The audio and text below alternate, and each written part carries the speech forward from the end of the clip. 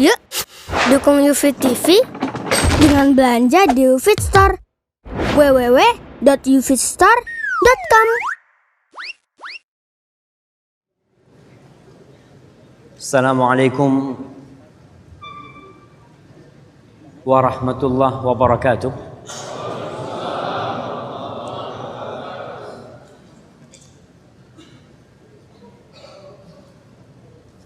Saja, biar ini dimatiin ya. Alhamdulillah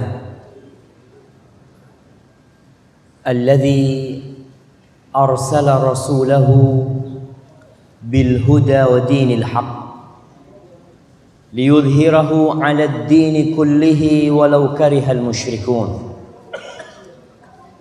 Segala puji bagi Allah Jalla Jalaluh yang mengutus Rasulnya dengan petunjuk, yakni Al-Quranul Karim, dan agama yang benar, agama Islam ini, agar Allah memenangkan agamanya di atas seluruh agama, meskipun orang-orang musyrik tidak menyukai hal itu. Allahumma salli wa sallim wazid wa barik wa an'im ala sayyidina Muhammadin wa ala alihi wa ashabihi ajma'in. Ya Allah, semoga salawatmu, semoga salam, berkah dan nikmatmu senantiasa kau curahkan untuk hamba kekasih, untuk baginda Nabi kita Muhammad sallallahu alaihi wasallam, untuk manusia terindah yang pernah menginjakkan kakinya di muka bumi, untuk makhluk termulia yang Allah ciptakan, dan semoga salawat itu bersambung untuk keluarga beliau, untuk istri-istri beliau, yang terutama untuk Khadijah, untuk Aisyah, untuk Hafsah, untuk Ummu Salamah, untuk Ummu Habibah, dan untuk seluruh istri Rasul sallallahu alaihi wasallam. Dan semoga salawat itu bersambung untuk putra, putri dan anak cucu beliau, untuk keluarga Nabi, untuk Fatimah, untuk Zainab, untuk Ummu Salamah, untuk Ruqayyah, dan untuk Ibrahim serta Al-Qasim dan Abdullah, dan untuk cucu Nabi kita, terutama untuk Hasan dan Husain dan anak keturunan. Dan semoga salawat itu bersambung untuk sahabat-sahabat Nabi, yang terutama untuk Abu Bakar As-Siddiq, untuk Umar bin Khattab, untuk Uthman bin Affan, dan untuk Ali bin Abi Thalib radhiyallahu taala anhum ajma'in. Amma ba'd. Ma'asyiral ikhwah rahimakumullah. Tanggal berapa hari ini? Tanggal 15, tanggal 16.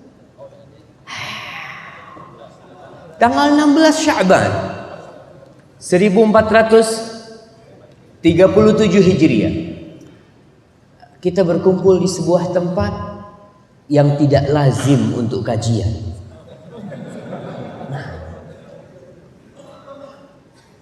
Biasanya kita datang ke tempat ini untuk pernikahan. Maka tema kita apa?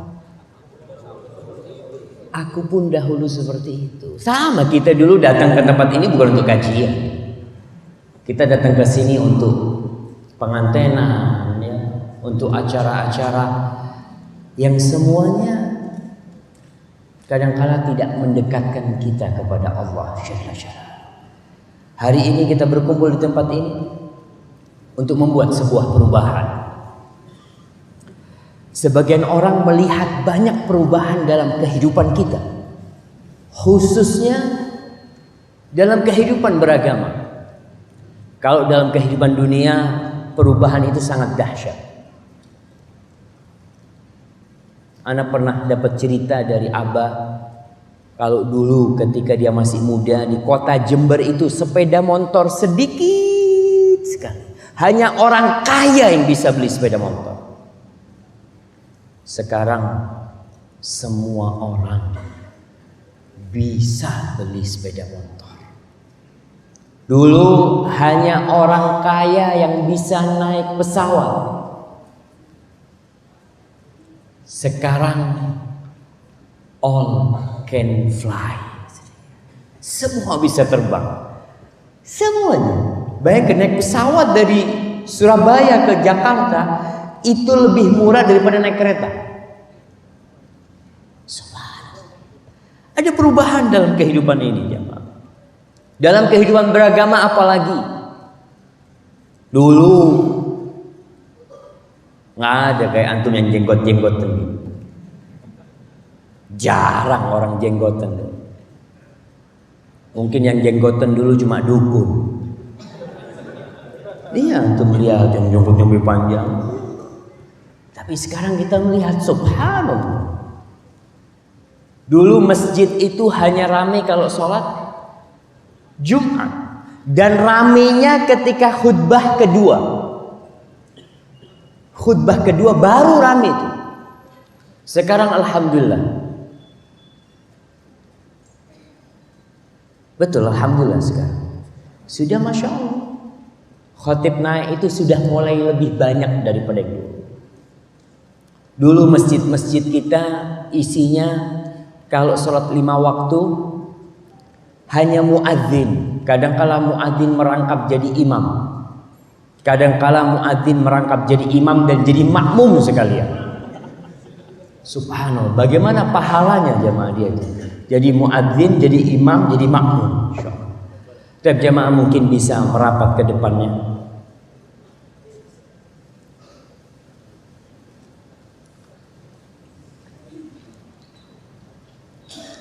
Kalau kita melihat ada perubahan yang cukup signifikan di bentuk pakaian para wanita. Ketika tahun 80-an ke bawah, 70-an ke bawah itu, antum kalau lihat foto orang-orang kuno, perempuan-perempuannya itu pakai rok pendek semuanya. Dan orang-orang yang mungkin tokoh-tokoh masyarakat, istrinya itu pakai baju yang nerawang. Apa istilahnya? Apa? Kebaya. Pakai kebaya dulu. Sekarang subhanallah. Kita lihat pedagang sayur pakai kerudung. Walaupun pakai celana, pakai lengan pendek, tapi pakai kerudung. Dia sudah mulai tahu ini nih muslim nih, ini identitas anak muslimah. Walaupun dia masih baru belajar. Makanya kita katakan jangan sok nih kita nih yang belajar nih. Dulu pun kita sama seperti mereka, sama dulu kita. Maka kita harus sabar melihat proses menuju perubahan yang sebenarnya, insyaallah. Karena Allah mengatakan wal aqibatu lil muttaqin. Pada akhirnya semuanya hanya untuk orang-orang yang bertakwa. Bumi ini milik siapa? Milik Allah Jalla Jalaluhu. Para jamaah melihat perubahan-perubahan yang kita lihat dalam kehidupan kita. Apakah perubahan itu positif atau negatif? Tergantung yang melihat. Siapa yang melihat, dia yang akan memberikan nilai. Ada yang mengatakan jilbab itu bentuk apa? Bentuk keterbelakangan. Bahasa Arabnya takhalluf. Apalagi yang pakai jilbab-jilbab gede itu mah kayak karung jalan. Apalagi yang pakai cadar, itu mah kayak ninja. Iya, orang akan memberikan penilaian. Terus penilaian yang sebenarnya apakah pakai perasaan? Perasaan kita beda-beda. Ada orang yang seni mengatakan anak sama jilbab tuh cocok tuh. Kenapa? Ketika di pasar ada yang berbeda lah. Masa semuanya sama? Itu perasaan doang dia. Ada yang pakai akal. Kata dia jilbab tuh pakaiannya orang Arab. Orang Arab di sana kan panas ya, maka butuh pakai jilbab. Subhanallah. Inti akalnya kebalik. Kalau panas malah pakai you can see. Betul. Orang kepanasan itu tidak akan pakai kerudung yang seperti itu. Dan ternyata orang-orang jahiliyah sebelum datangnya Rasul sallallahu alaihi wasallam, mereka pakaiannya bebas. Sebagian dadanya terlihat, transparan bajunya. Sebelum datangnya Rasulullah SAW, jilbab ini bukan pakaiannya orang Arab. Emangnya istrinya Abu Lahab pakai jilbab? Istrinya Abu Jahal pakai jilbab? Nggak ada. Yang pakai jilbab tuh istrinya sahabat. Kenapa? Karena jilbab ini perintah Allah Subhanahu wa taala. Dan kalau akal itu bisa berubah. Masya Allah. Allahumma sayyiban nafi'an. Yang sekarang baik belum tahu 40 tahun lagi baik. Karena akal manusia berubah. Ma'asyil ikhwah rahimakumullah. Untuk menilai sebuah perubahan menuju ke yang lebih baik atau ke lebih buruk, ukurannya itu Al-Quran dan Sunnah. Iya, antum orang Islam. Nah, kita bicara nahnu muslimin. Kita mayoritas di Indonesia muslim. Kita nggak ikut budaya. Budaya itu beda-beda. Budaya orang Purwakarta sama budaya orang Madura beda. Budaya orang Madura sama budaya orang Bugis lain lagi. Budaya orang Bugis dengan budaya orang Papua beda lagi. Kalau standarnya pakai budaya, rusak hidup ini. Oleh karena itu Allah Subhanahu wa taala mengutus Muhammad sallallahu alaihi wasallam. Dan kita bersaksi, kita mengatakan asyhadu an la ilaha illallah wa asyhadu anna Muhammadar Rasulullah. Muslim. Ada berapa Islam? Wahid. Islam itu satu. Enggak ada Islam Timur Tengah, enggak ada Islam Mesir, nggak ada Islam Purwakarta, nggak ada Islam Madura, nggak ada Islam Sumatera. Inna dina indallah Islam. Sama. Tapi ada tangan-tangan jahil yang ingin mengkotak-kotakkan Islam.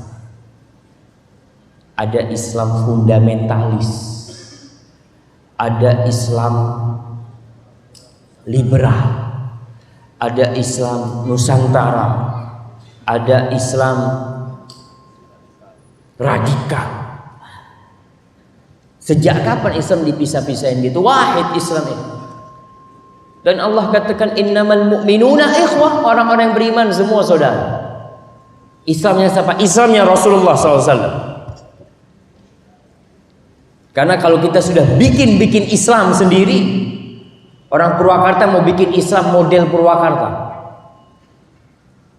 Anak Islam Purwakarta mungkin beda Ustaz. Sholatnya nggak pas adzan zuhur, kita sholat jam 2 lah. Dibikin umpamanya. Kenapa? Karena orang baru istirahat jam 2 umpamanya. Dia mau bikin aturan sini nggak bisa. Ma'asyil ikhwah rahimakumullah. Rib'i bin Amir. Siapa yang kenal dengan Rib'i bin Amir? Kita ini orang Islam kadang-kadang nggak kenal dengan sahabat-sahabat Rasulullah SAW. Rib'i bin Amir pernah diutus oleh Sa'ad bin Abi Waqqas untuk menjumpai Rustum, panglima besar Persia pada waktu itu. Kejadian itu pada bulan Sya'ban. Ingat perang Qadisiyah itu terjadi tanggal 13 Sya'ban, 14 Sya'ban, 15 Sya'ban, terakhir 16 Sya'ban Allah berikan kemenangan kepada umat Islam pada waktu itu. Rib'i bin Amir dipanggil sama Rustum, dikirim. Dia pakaian orang Arab dulu. Sahabat-sahabat Rasulullah SAW masih sangat sederhana. Jamaah itu dikasih jalan tuh yang antum kayaknya masih bisa maju jamaah, maju. Masih ada tempat tuh.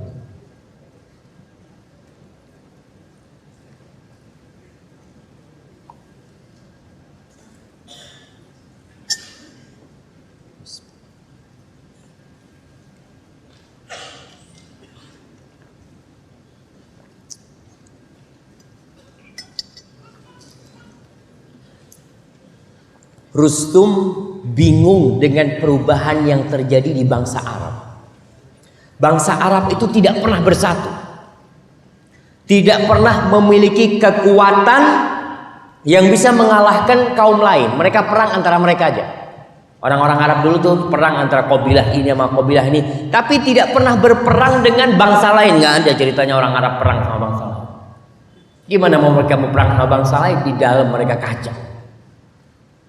Maka Rustum bingung, kok bisa nih orang-orang Arab bersatu? Bukan hanya Arab, yang non-Arab pun ikut dalam gabungan itu.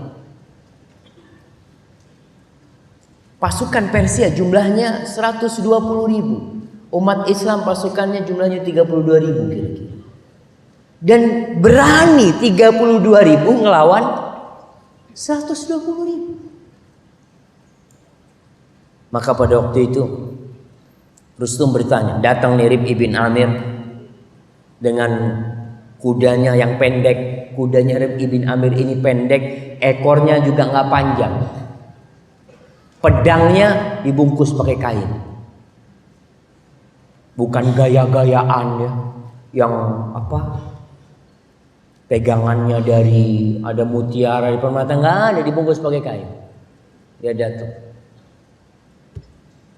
Kata pasukan Persia, turunkan pedang inti, lepas senjata inti. Kata dia, ana datang ke sini diundang. Kalau inti mau ana masuk kayak gini, ana masuk. Nggak mau, ana mau balik. Izzah, suatu kehormatan yang dimiliki oleh seorang Muslim. Sekarang, subhanallah, kita diinjek-injek sama non Muslim.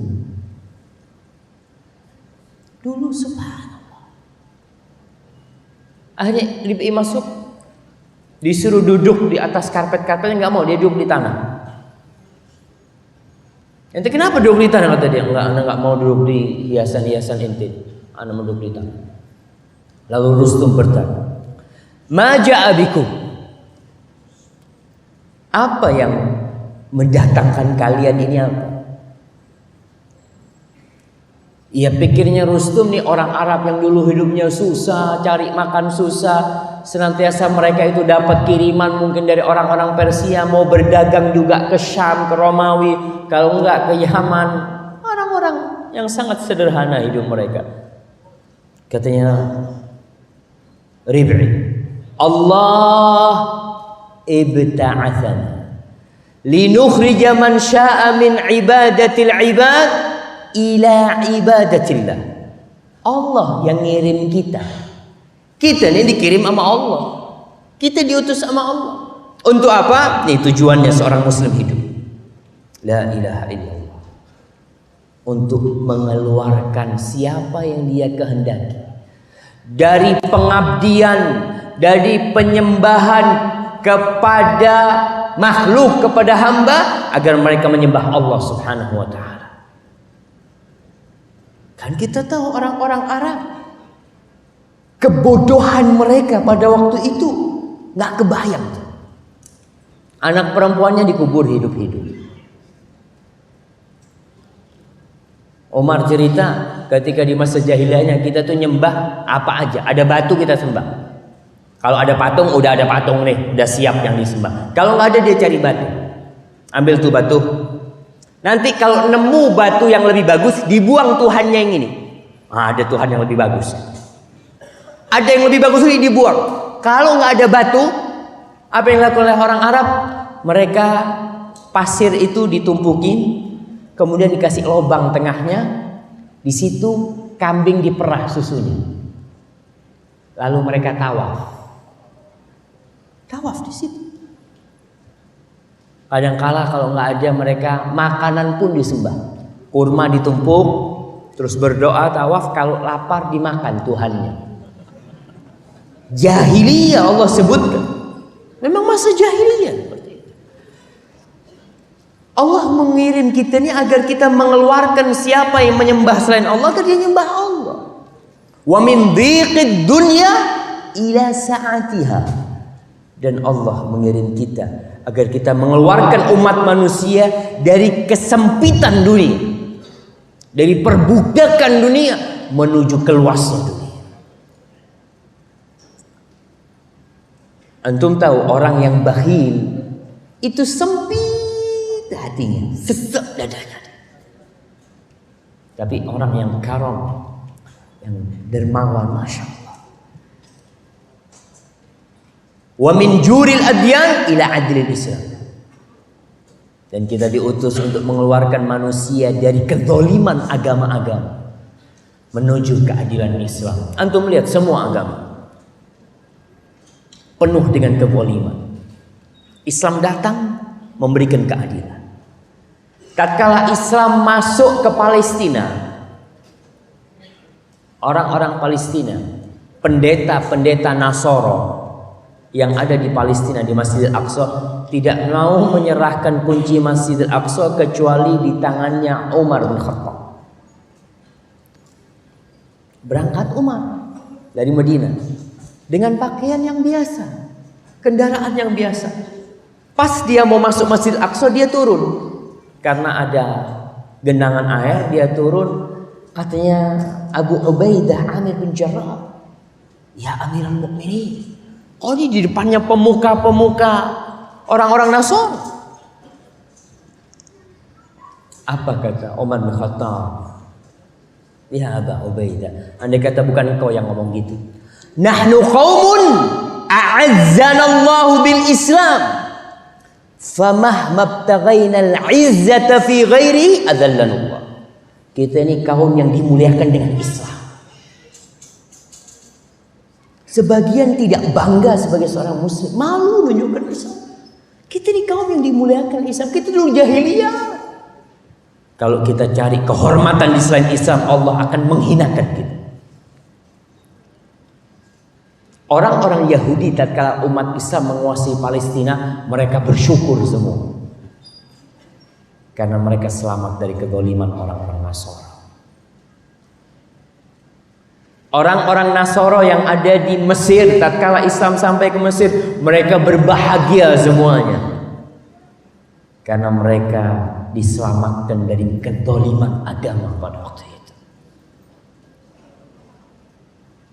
Fa arsalana bidinihi ila khalqihi, dan dia mengutus kami dengan agamanya, keciptaannya, linad'uahum ilaihi, agar kita mengajak mereka menuju Allah. Tujuan jihad fi sabilillah itu bukan untuk memusnahkan manusia, ngebom sana ngebom sini. Tujuan Islam berjihad itu li'ila'i kalimatillah, untuk berdakwah, mengajak mereka menuju Allah Subhanahu wa taala. Islam itu tidak tersebarkan dengan pedang, enggak ada. La ikraha fid din. Qad tabayyana rusydu minal ghayy. Tidak ada pemaksaan dalam beragama. Allah tidak mau hubungan dia dengan hambanya karena terpaksa. Enggak enak jemaah. Antum kalau dipaksa datang ke tempat ini, dipaksa nih, enggak enak. Antum, ya Allah, ngomong apa tuh Ustaz? Iya, karena kita terpaksa datang. Tapi kalau kita datang lillah, maka tidak ada pemaksaan. Tujuan jihad fi sabilillah, ingat, linad'uahum ilaihi. Faman qabila dzalika qabilna min. Barang siapa yang menerima itu, kita akan terima. Wa raja'na anhu, kita tidak akan berperang. Wa man aba, ya, yang enggak mau ya dia bayar jizyah, bayar upeti, bayar pajak atau apalah namanya. Yang enggak mau, qatalna, perang. Karena dia menghalangi masuknya agama Allah. Orang-orang itu dizalimi di sana, mereka belum dengar tentang la ilaha illallah. Kita akan berperang hatta nufdiya ila mau'idillah, ila mau'udillah, sampai kita dapat janji Allah. Ditanya, apa janji Allah itu? Al jannah liman mata ala qitali man aba wa dhafar liman baqi. Janji Allah itu yang mati masuk surga, yang menang ya, yang tidak mati dan menang akan mendapatkan harta rampasan Tuhan.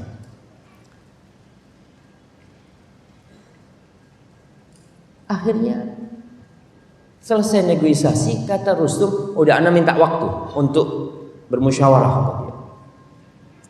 Kata si Rib'i bin Amir, ya kau mau berapa lama? 3 hari atau 2 hari? Kata dia 3 hari. Sedikit banget, kata dia. Kita ingin musyawarah sama orang-orang banyak ini. Nggak ada. Kata Rasul sallallahu alaihi wasallam, beliau itu kalau mau perang cuma ngasih jatah waktu 3 hari. Engkau tinggal milih 3 hal itu di 3 hari ini. Aku jamin. Katanya Rustum, asayyiduhum anta? Apakah ente pemimpin mereka? Kata Rustum, la, bukan pemimpin mereka.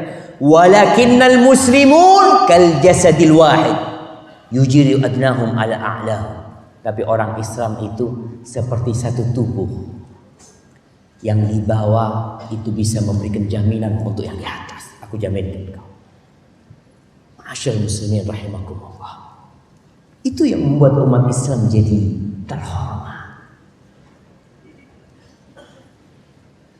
Terus gimana kita nih sekarang? Kita ini mau berubah jadi apa umat Islam? Tidak ada satu masa kecuali yang sesudahnya lebih buruk dari masa yang sebelumnya. Ma min zamanin illa walladhi ba'dahu syarrun min.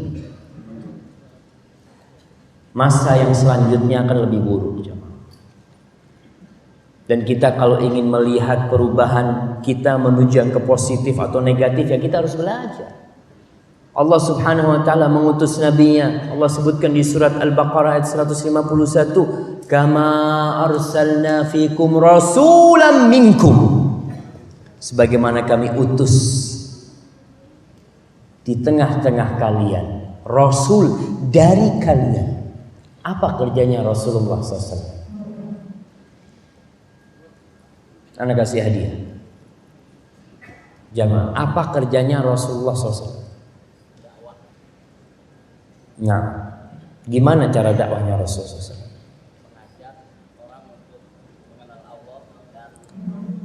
Mengajak orang untuk mengenal Allah. Baik, nggak apa-apa, nak kasih hadiah. Ada yang lainnya mau jawab?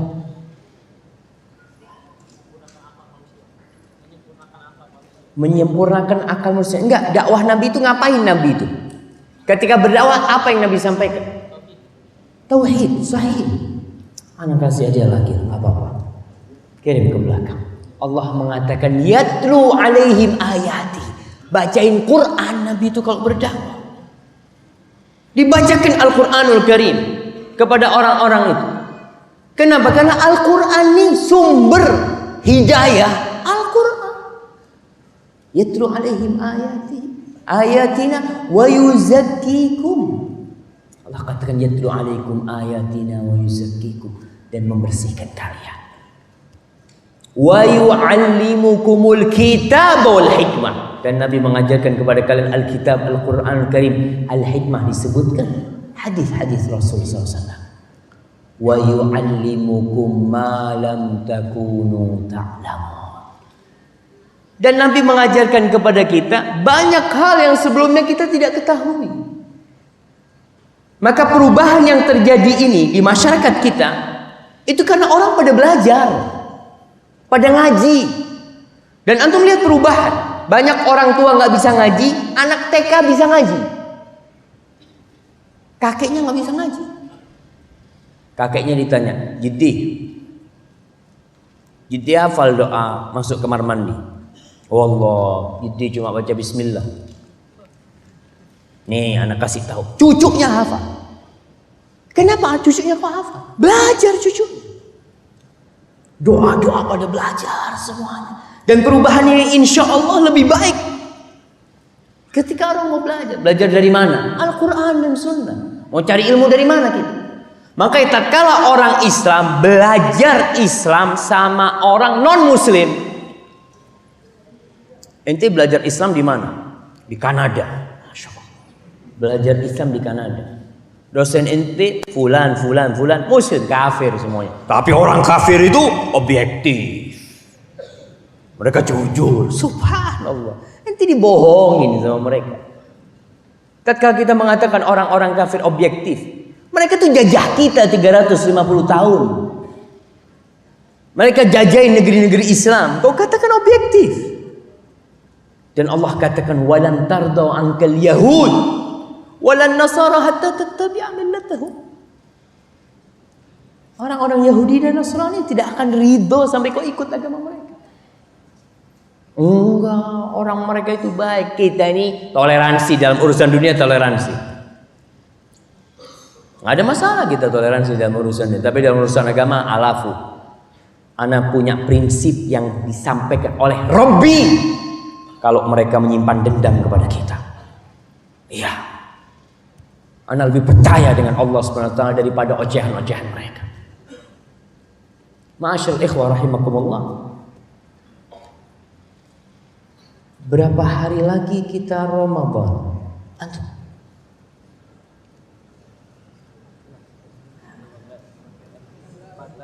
Insyaallah, ana kasih hadiah tuh barakallahu fiikum. Udah deket nih Ramadan jamaah. Ramadan salah satu momen kita untuk berubah jadi lebih baik. Supaya kita nggak kayak dulu lagi. Masa kita tetap dari dulu. Kita ini masih ada kesempatan di bulan Sya'ban, 14 hari lagi mungkin Ramadan. Apa keutamaan bulan Sya'ban? Di sini belum anak kasih hadiah. Antum udah dapat hadiah antum belum? Masya Allah. Apa? Bulan diangkatnya amalan. Masya Allah. Fadl barakallahu fikum.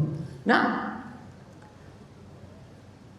Rasulullah SAW pernah ditanya oleh Usamah bin Zaid bin Harithah. Siapa yang kenal sama Usamah bin Zaid bin Harithah?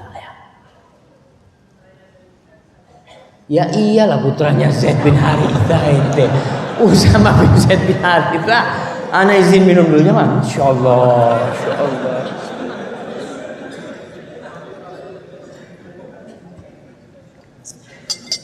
Siapa dia itu? Nama antum?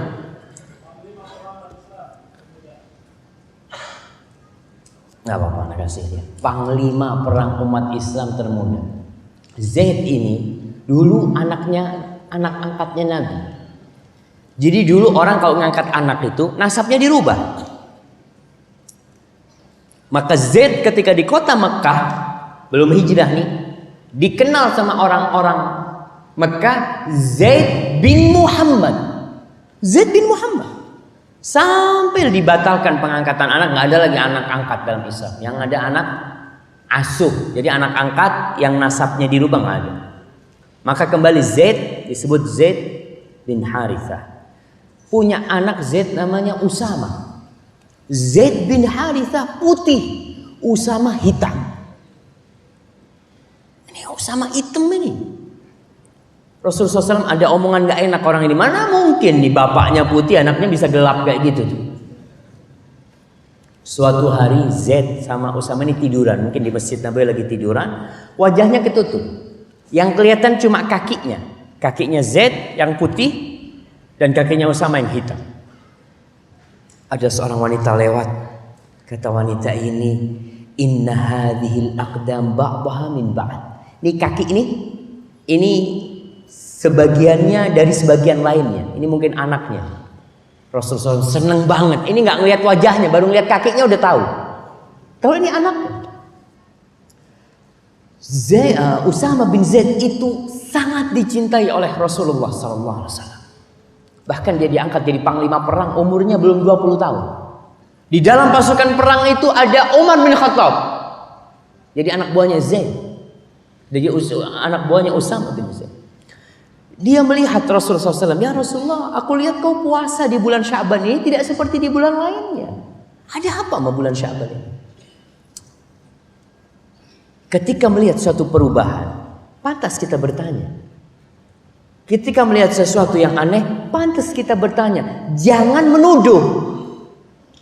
Kita lihat, kenapa kok kayak gini fulan? Ya ini kenapa kok berubah?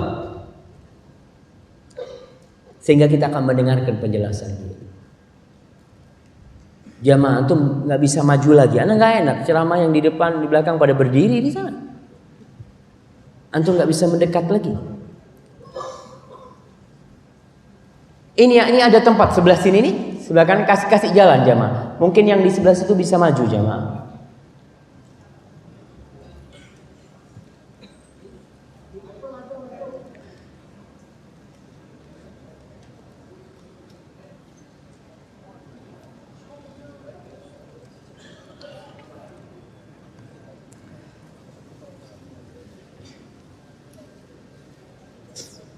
Nah, Rasulullah Sallallahu Alaihi Wasallam, ya antum sambil maju nggak apa-apa. Jamaah ingat kalau kita bersama-sama, nahnu ikhwan, kita saudara. Antum kalau sudah kumpul ini nggak perlu sakit hati lah. Kadangkala kakinya naik di atas kaki saudaranya. Ini dikasih tempat malah nggak terima kasih, kakinya naik ke kaki. Itu terjadi. Mungkin sekarang antum lihat ya. Coba lihat. Wah, hada biasa. Hada nahnu ikhwan. Kita saudara. Kita nggak perlu berdarah-darah kumpul di sini. Kata Rasul sallallahu alaihi wasallam, kata Allah mengatakan, ya ayyuhalladzina amanu idza qila lakum tafassahu fil majalis fafsahu yafsahillahu lakum. Wahai orang yang beriman, apabila dikatakan kepada kalian, luaskan tempat duduknya. Kasih tempat tuh buat saudaranya. Kalian luaskan, Allah akan luaskan hidup kalian. Kita sempit 2 jam, 3 jam nggak apa-apa, tapi pulang kita akan mendapatkan keluasan. Kembali penjelasan Rasulullah Sallallahu Alaihi Wasallam tentang kenapa beliau banyak berpuasa di bulan Ramadan, di bulan Sya'ban. Bahkan Aisyah menceritakan hampir full beliau itu puasa di bulan Sya'ban. Sebagian di antara kita nggak kenal puasa kecuali Ramadan. Ana cukup loh saat yang wajib aja Ustaz. Rasulullah Sallallahu Alaihi Wasallam itu diampuni dosanya jamaah. Yang masa lalu dan akan datang. Tapi ternyata beliau puasa. Ditanya kenapa engkau puasa ya Rasul Sallallahu Alaihi Wasallam? Dzaka syahrun yaghfalun nasu anhu baina Rajab wa Ramadan. Tuh bulan banyak orang lalai sama bulan Sya'ban nih. Bulan Sya'ban itu antara bulan Rajab nih bulan haram, dan bulan Ramadan bulan diturunkannya Al-Quran dan diwajibkannya puasa. Akhirnya bulan Sya'ban ini diremehkan oleh kebanyakan orang. Wa huwa syahrun turfa'u fihi al-a'malu ila rabbil alamin. Bulan Sya'ban nih bulan diangkatnya amal perbuatan hamba menuju Allah Rabbul Alamin, Rabb alam semesta ini. Lalu beliau mengatakan, fa uhibbu an yurfa'a amali wa ana shaim. Aku ingin nih amalku diangkat dalam kondisi puasa.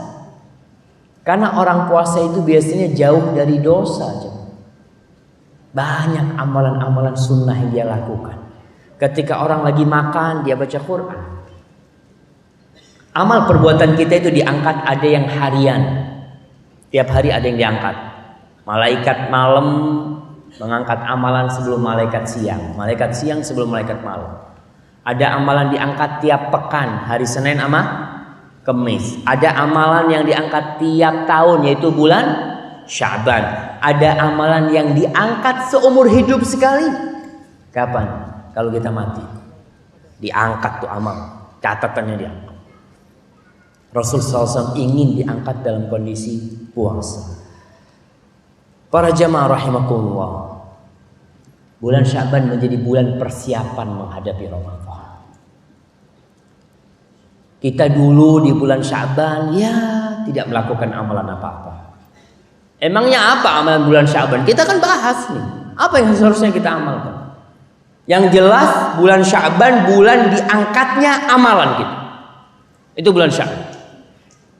Maka kita berusaha untuk banyak beramal supaya catatan kita nih banyak kebaikan di bulan Sya'ban. Para jamaah, dalam urusan dunia, kalau ada lomba lari, siapa yang menang? Biasanya yang menang itu yang latihan terus. Dia persiapan. Lomba, pertandingan bola, antum lihat orang itu latihan terus. Kenapa? Karena ingin menang. Latihan terus belum tentu menang. Apalagi yang nggak pernah latihan. Kalau dalam urusan dunia aja kita harus latihan agar kita menang, bagaimana untuk surga Allah Subhanahu wa Ta'ala? Ramadan nih bulan dibukanya pintu-pintu surga. Bulan ditutupnya pintu-pintu neraka. Bulan dibelenggunya setan. Dan kita nggak latihan untuk masuk ke sana. Susah kita akan mendapatkan kemenangan di bulan Ramadan. Maka banyak orang selesai Ramadan, 30 tahun Ramadan, 40 tahun puasa Ramadan, nggak ada perubahan di dirinya. Tetap kayak yang kemarin. Kenapa? Karena dia tidak pernah mempersiapkan dirinya untuk menghadapi bulan Ramadan. Bulan Ramadan ya biasa Ustaz. Malam tarawih, sebelum subuh sahur, habis subuh ya tidur sampai zuhur. Udah kayak gitu tuh. Allah mengatakan wa fi dzalika falyatanafasil mutanafisun. Untuk surga itu seharusnya kita berlomba-lomba. Kalau mau berlomba-lomba cari surga.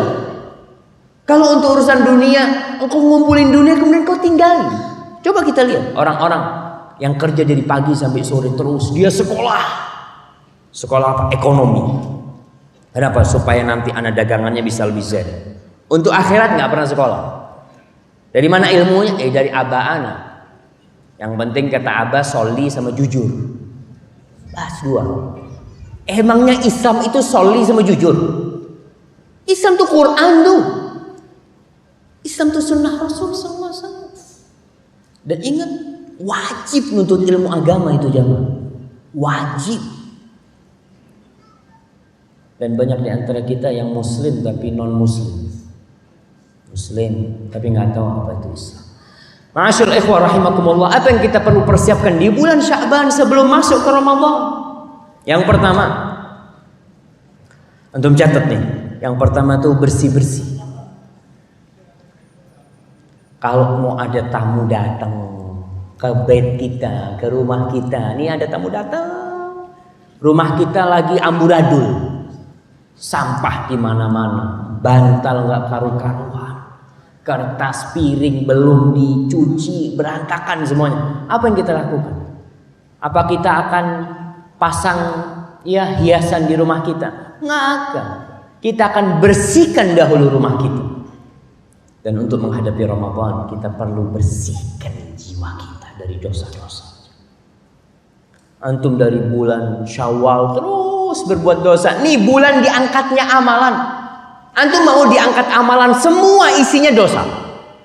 Jangan. Allah memerintahkan kepada kita untuk taubat. Berbuat dosa itu wajar. Nggak ada yang lepas dari dosa. Semuanya melakukan dosa. Yang nggak wajar itu kalau terus berbuat dosa dan terus berbuat dosa. Nggak ingat-ingat dia itu. Kok kapan mau ingat? Kalau sekarang nih di bulan Sya'ban kita terus berbuat dosa, nggak bertobat, Ramadan tetap berbuat dosa. Tetap berbuat dosa. Antum lihat orang-orang yang di Sya'bannya nggak persiapan, ya kamu nanti Ramadan anak akan berhenti berbuat dosa. Ini anak akan tinggalkan. Masuk Ramadan mungkin sehari dua hari dia tinggalkan dosa. Hari ketiga lagi. Karena berat jamaah godaan setan dan iblis. Rasulullah SAW dalam sehari beliau bisa istighfar 100 kali atau lebih 100 kali. Bahkan dalam satu majlis, satu kali duduk, Ibnu Umar atau Ibnu Abbas, dia pernah mengatakan, kuntu a'udhu lin nabi sallallahu alaihi wasallam fi majlisin wahidin Yaqulu rabbighfirli wa tub alayya innaka antat tawwabul ghafur 100 marrah wa fi riwayatin 70 marrah. Aku menghitung Rasulullah SAW satu kali duduk mengatakan rabbighfirli wa tub alayya innaka antat tawwabul ghafur. Ya Rabbi, ighfirli, ampuni aku dan terima tobatku, berikan tobatmu kepadaku, sesungguhnya Engkau Maha Pengampun dan Maha Menerima. Innaka antal ghafur. 100 marrah, 100 kali duduk. Terus bagaimana jemaah? Kita nih berapa kali kita istighfar? Habis sholat langsung jalan. Ustaz, ana mau buka toko, Ustaz. Kan nggak apa-apa. Zikirnya dia nggak apa-apa. Tapi istighfar paling tidak ente duduk di sana. Astagfirullah, astagfirullah, astagfirullah. Itu yang pertama. Kita bersih-bersih diri. Ingat dosa-dosa yang kita lakukan. Mulai bermuhasabah, ya Allah. 11 bulan aku lakukan dosa-dosa. Berapa banyak yang aku lakukan. Nikmat yang Allah berikan begitu besarnya. Dan ternyata kita balas nikmat Allah dengan perbuatan dosa. Ramadan udah deket nih, bulan Sya'ban sebelum diangkat amal anak, mudah-mudahan udah dihapusin dosa. Tapi gimana kita mau tahu itu dosa apa tidak kalau kita nggak pernah belajar? Antum lihat banyak terjadi riba di Indonesia ini dan dia nggak ngerti kalau itu riba. Kalau itu dosa dia nggak tahu. Dari mana kita tahu? Ya dari Rasul Sallallahu Alaihi Wasallam. Secara perasaan, secara akal kita, rentenir kalau meminjamkan uang, umpamanya dia pinjamkan 1 juta, nih orang yang pinjam harus bayar 1.200.000. Secara akal yang dosa yang mana? Yang minjemin duit, karena dia lintah darat, dia neken tuh orang udah butuh. Dia tertawa di atas tangisan orang lain. Nih secara akal kita. Dalam Islam yang pinjam dan yang meminjamkan sama dosa. Kenapa? Karena hal ini tidak akan terjadi kalau tidak ada dua pihak ini. Rasulullah sallallahu alaihi wasallam mengatakan, bukan Rasulullah sallallahu. La'ana Rasulullah sallallahu alaihi wasallam akilar riba wa mukilahu wa katibahu wa syahidai. Dilaknat sama Rasul sallallahu alaihi wasallam itu orang yang makan riba.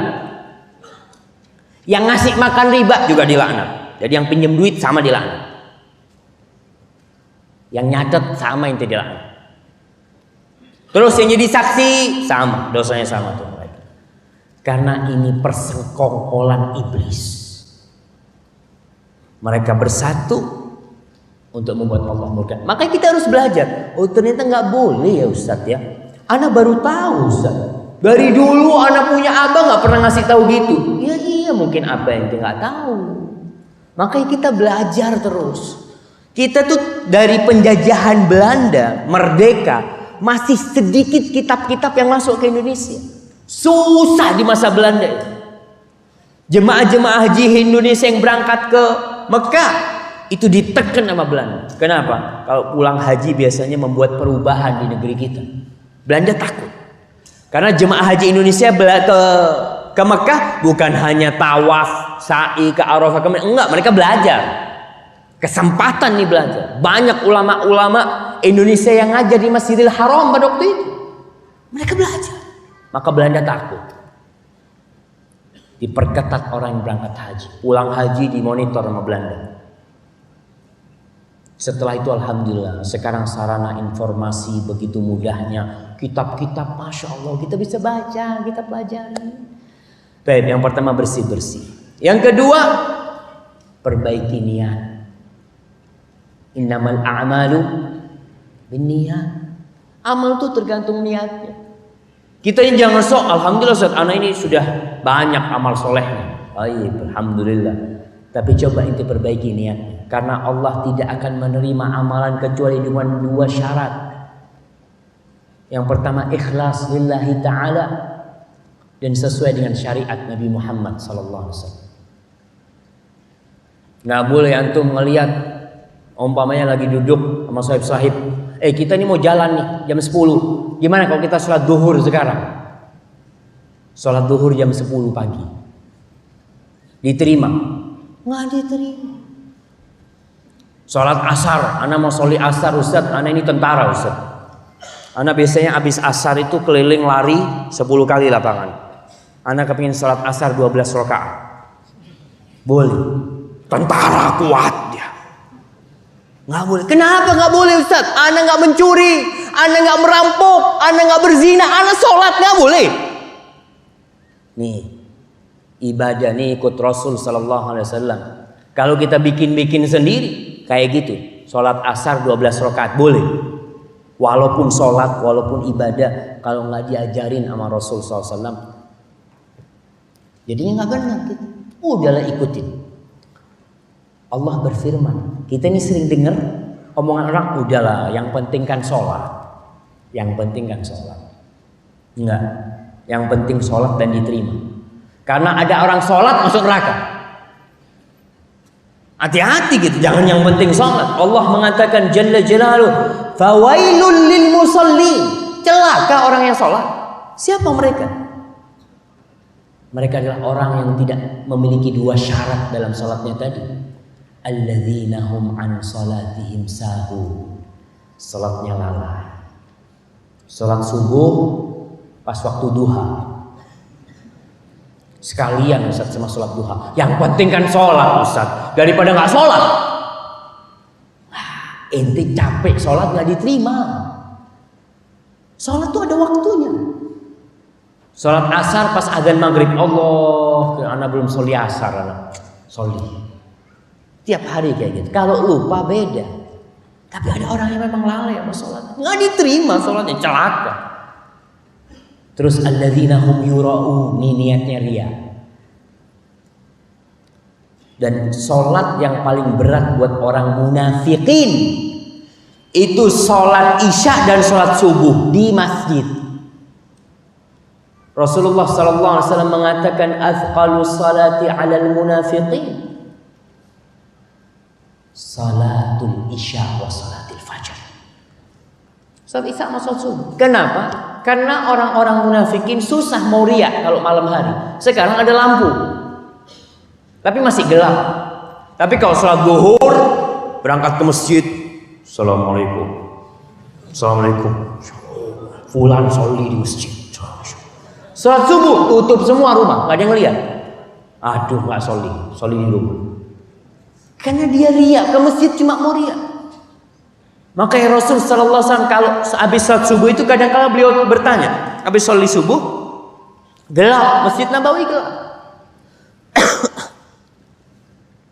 Beliau bertanya, asyahidun fulan, asyahidun fulan, asyahidun fulan, fulan ada sholi nggak? Fulan sholi nggak? Enggak.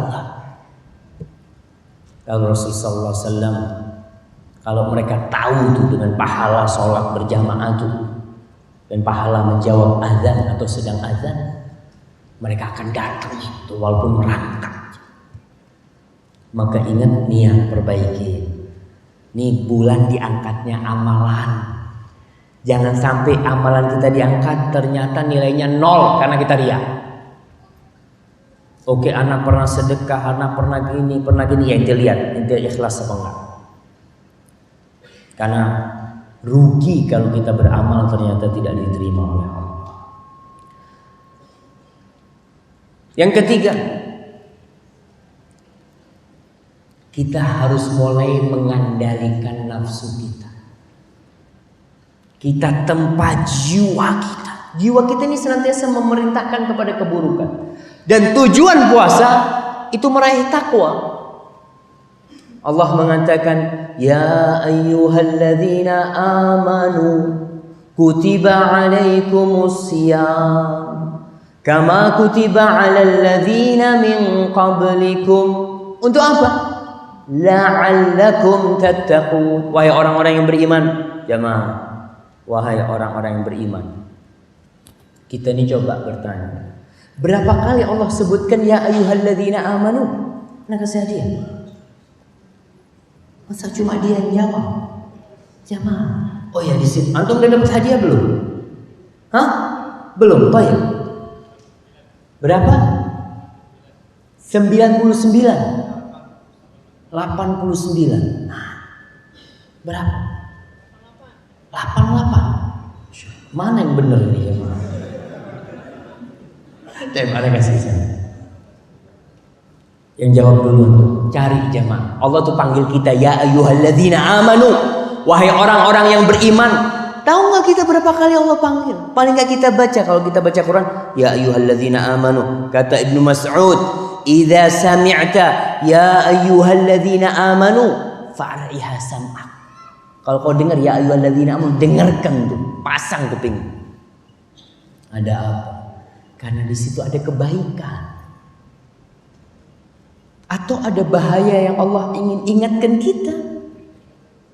Di sini Allah katakan telah diwajibkan kepada kalian berpuasa sebagaimana diwajibkan atas umat-umat sebelum kalian. Tujuannya apa?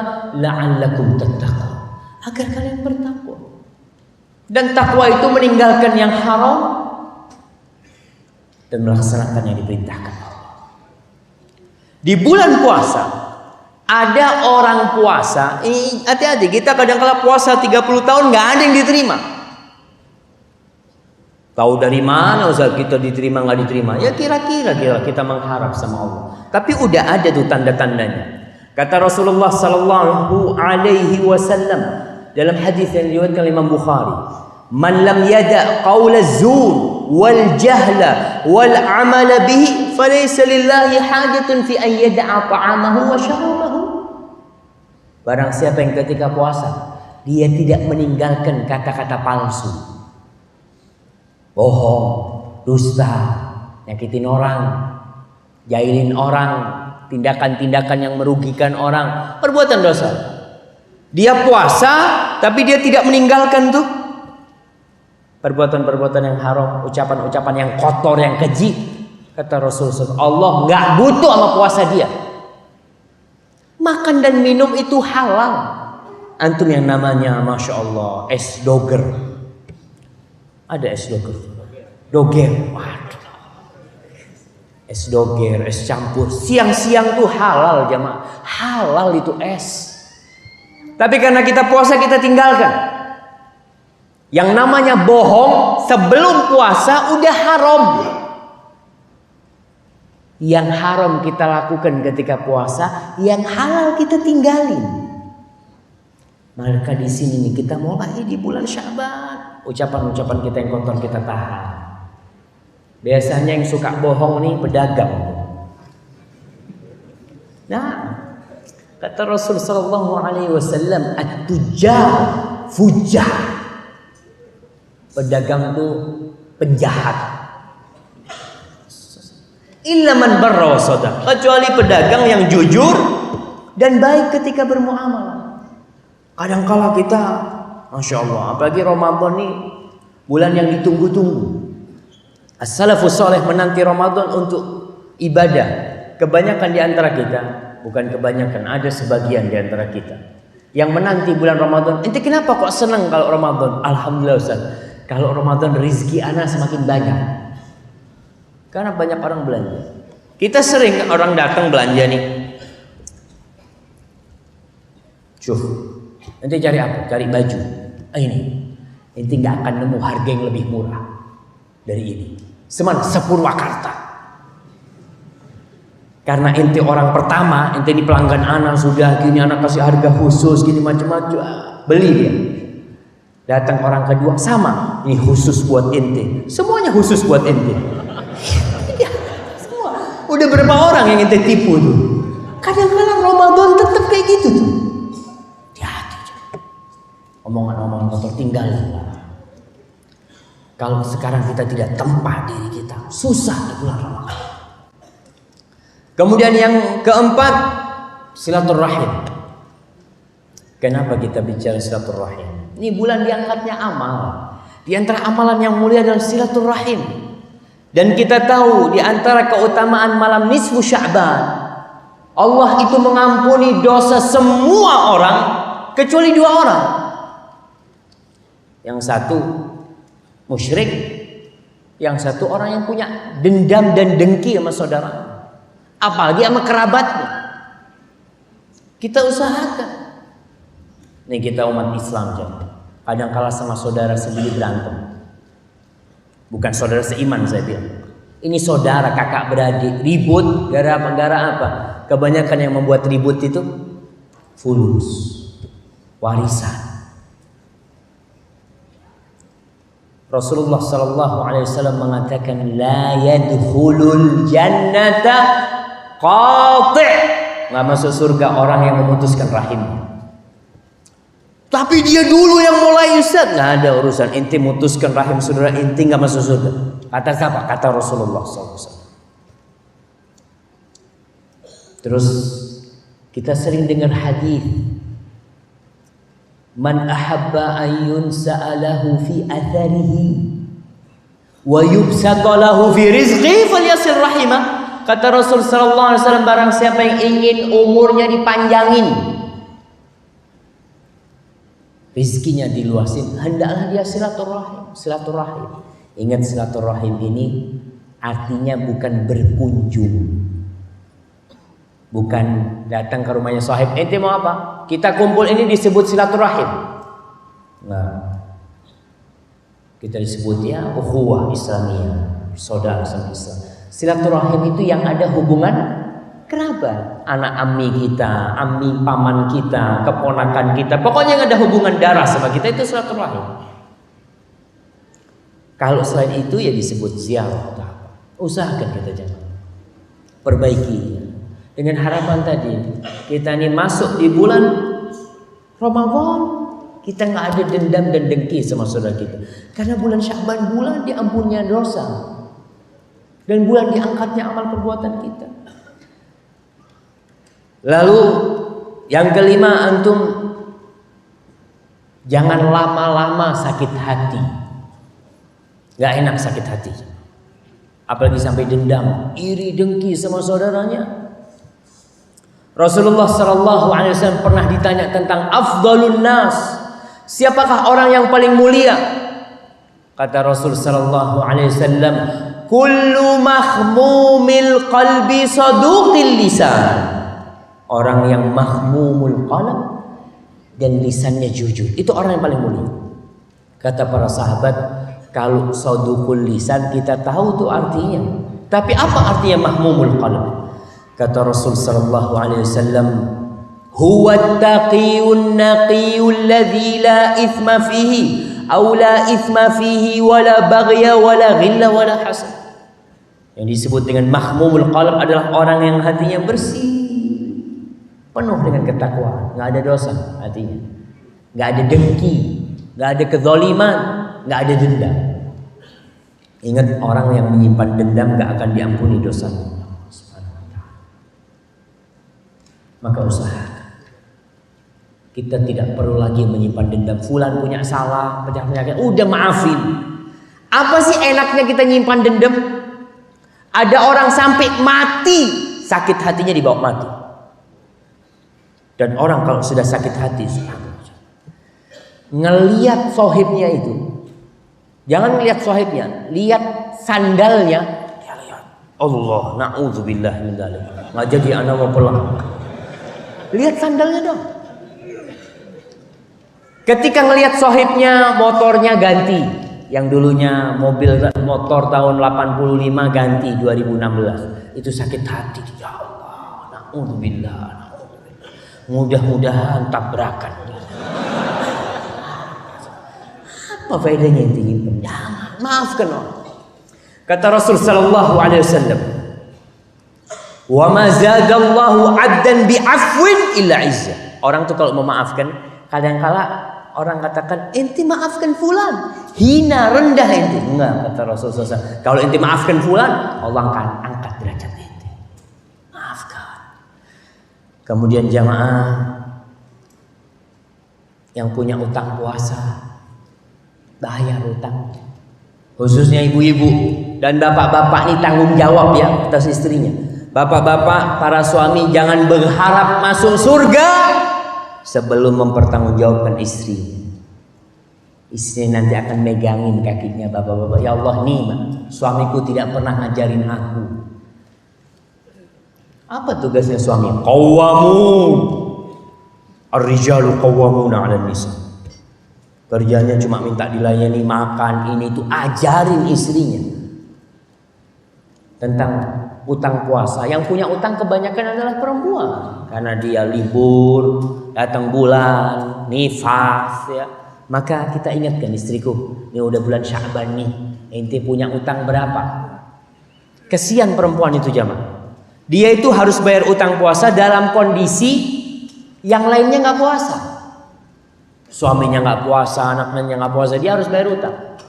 Maka sang suami yang bijak, dia bantuin istrinya. Gimana membantunya? Ente puasa, qadha, anak puasa sunnah hari Senin. Si suami dapat pahala sunnah, si istri qadha. Kemis juga kayak gitu, dibantuin. Karena kalau nggak ada yang bantuin dia kesian, dia punya anak kecil, dia harus masak, ya. Miskin. Kemudian yang ketujuh,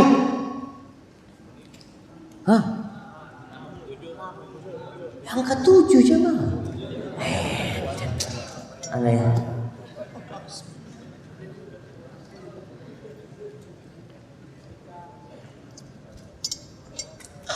Alhamdulillah. Yang ketujuh, manfaatkan waktu sekarang. Waktu kita ini 24 jam.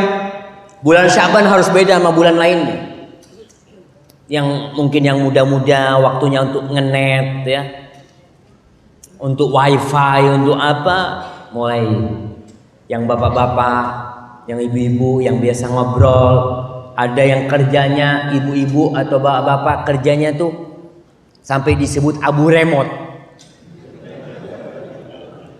Kalau sampai rumah, mana remote? Remote yang dicari. Ibunya juga kerjanya, subhanallah. Udah bulan Sya'ban nih berhenti tuh, remote-nya disembunyikan. Dulu orang dulu itu masya Allah nonton TV itu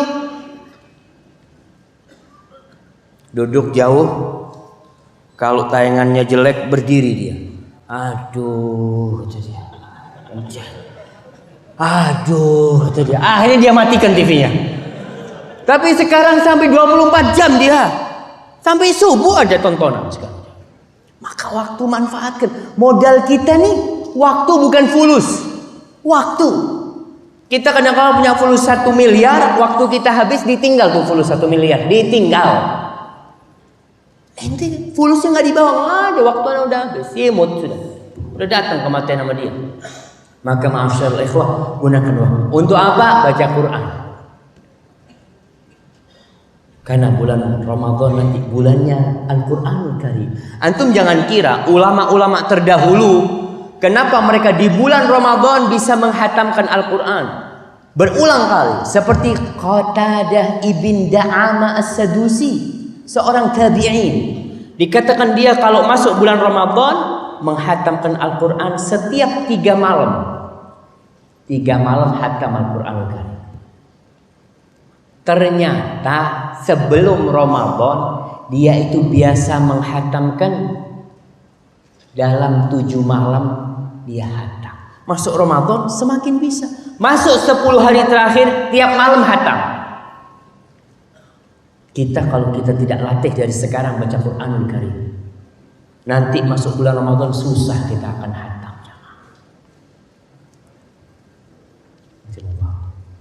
Fokus.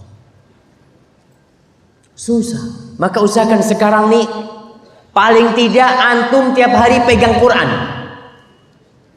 Jadi pagi mau berangkat kerja, pegang Quran nanti.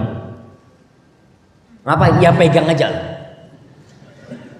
Karena ada orang yang jamaah, ingat, ada orang yang 11 bulan gak pernah tangannya pegang Quran. Ketika ditanya, ada Quran? Wallahu a'lam ya. Anak nggak tahu ada Quran apa enggak di rumahnya. Betul, kadang-kadang seperti itu. Ya paling nggak sekarang pegang Quran.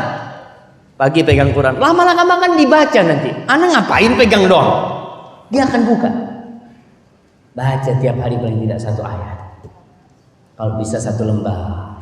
Sore buka Al-Qur'anul Karim, baca Qurannya. Zikir.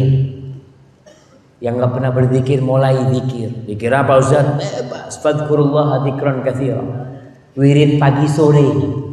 Dulu jamaah kita nih nggak tahu yang namanya zikir pagi sore. Ya kebanyakannya. Mulai kapan sih ada zikir pagi sore jemaah? Mulai zamannya Rasulullah SAW. Tapi baru nyampe Indonesia baru mungkin 10 tahun 20 tahun ini. Ada yang namanya zikir pagi sore. Ada bukunya zikir pagi sore. Lihat zikir pagi sore. Ini bid'ah kitab ini kata dia. Dulu nggak ada zikir pagi sore ini. Siapa yang bikin ini? Kadang-kadang dulu ilmu kita nggak nyampe ke sana. Apalagi dulu waktu masa perang sama Belanda, GS 30 PKI, macam-macam pemberontakan, nggak sempet ulama ngarang buku. Sekarang alhamdulillah banyak ustaz-ustaz ngarang buku. Antum lihat, oh kalau dari qala Allah, qala Rasul benar ya insyaallah. Maka antum baca itu zikir pagi sore. Yang nggak punya kitabnya beli. Berapa harganya buku zikir pagi sore jemaah? Mungkin 15.000 atau 20.000. Antum beli, antum pegang bawa. Ke tempat kerjanya dibuka, mulai baca. Ini untuk membiasakan diri supaya Ramadan kita udah siap. Baik, kemudian yang ke-8. Yang ke-8 sholat sunnah. Bulan Ramadan itu bulannya sholat tarawih. Bulannya amal kebajikan, panen lah kita bulan. Nah, kita mulai sekarang ini usahakan di bulan Sya'ban, apalagi bulan diangkatnya amalan itu sholat qobliyah. Yang nggak pernah qobliyah ba'diyah, sekarang qobliyah ba'diyah. Ya Allah, anak biasanya cuma sholat 5 waktu Ustaz. Itu kadang-kala masih bolong-bolong Ustaz. Ya, nggak apa-apa. Dulu juga orang-orang kayak gitu belum dapat hidayah. Sekarang udahlah, engkau untuk menebus yang lalu, sholat sunnahnya banyakin. Karena sholat sunnah itu akan menjadi penyempurna sholat wajib yang kurang-kurang itu. Yang pertama dihisap soli nanti. Sholat kita. Kalau sholatnya baik insya Allah semuanya baik. Kalau sholatnya kurang, maka Allah bertanya kepada malaikatnya, Hallahu min nafilah. Apakah orang ini punya ibadah sunnah? Punya sholat sunnah? Ada. Sempurnakan. Di timbangan itu disempurnakan dengan yang sunnah.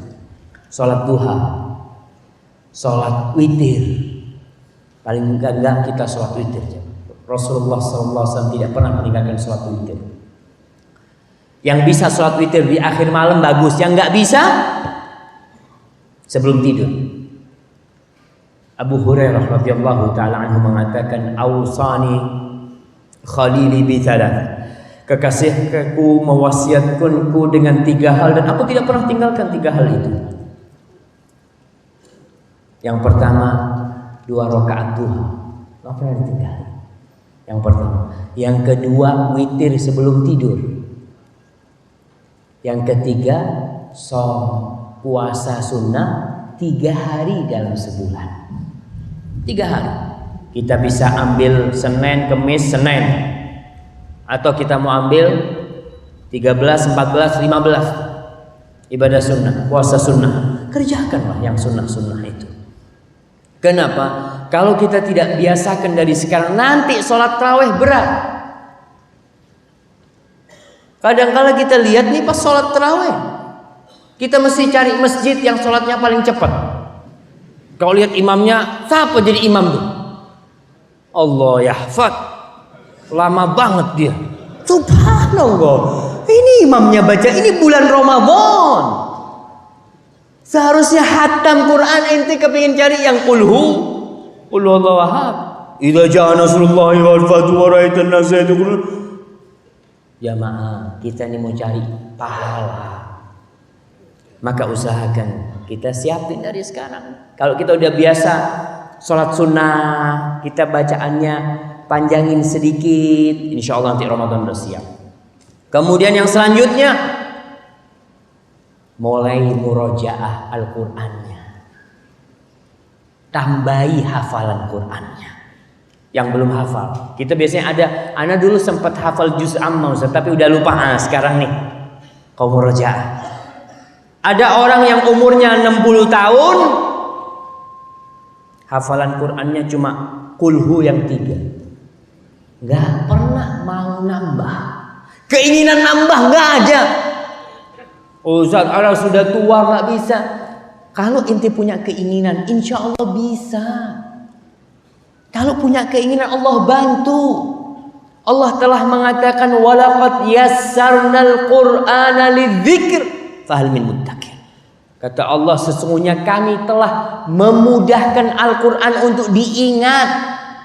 Tapi ada nggak yang mau ingat? Tambahi, paling tidak kalau kita tiap tahun punya 1 surat baru. 1 surat baru. Umur kita kalau 60 tahun berarti berapa surat kita hafal? 60 surat. Setahun sekali lah. Kebangetan sebenarnya setahun 1 surat itu ya. 360 hari tambahannya cuma. Tahun ini inti tambah hafalan apa? Idza jaa nasrullah. Alhamdulillah jemaah, alhamdulillah daripada yang enggak. Maka usahakan untuk akhirat kita ini berlomba-lomba, jangan malas. Kita kalau urusan dagang, omsetnya berapa bulan ini? 7.200.000. Bulan depan harus nambah. Mau tidur mikir gimana cara supaya omsetnya nambah. Nggak pernah mikir gimana supaya hafalan Qur'anku nambah. Nggak ada kepikiran.